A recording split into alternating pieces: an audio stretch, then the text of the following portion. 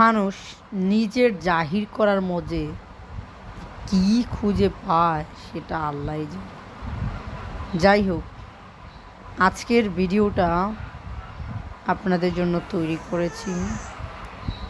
হাদিসের কথা থেকে আমরা যা পাই, কাজের লোকের মর্যাদা কিভাবে দিতেন নবী কারীম সাল্লাল্লাহু আলাইহি সাল্লাম ও তার সাহাবারা। দেখা গেছে সাহাবারা হযরত ওমর রাদিয়াল্লাহু তাআলা বলেন বা আলী রাদিয়াল্লাহু তাআলা বলেন, তারা যখন মরুভূমিতে হাঁটতেন, তাদের যারা ক্রীতদাস ছিল তারাও কিন্তু বিশ্রাম নিতেন। তখন তারা আবার রশি ধরে ওট টানতেন। ঠিক একইভাবে মহানবী সাল্লাল্লাহু আলাইহি সাল্লাম ও তার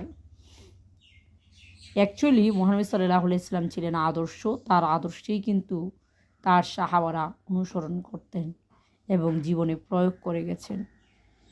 এমনই একটা ঘটনা ছিল, মহানবী সাল্লাল্লাহু আলাইহি সাল্লাম একবার তার সাথে যখন একজন কাজের লোক, সে তার নামাজ পড়ার জন্য, গোসল করার জন্য কিভাবে সাহায্য করতেন একে অপরকে, গোসল করছিলেন তার কাজের লোকটি, সে কাপড় ধরে দাঁড়িয়েছিলেন। ঠিক তেমনি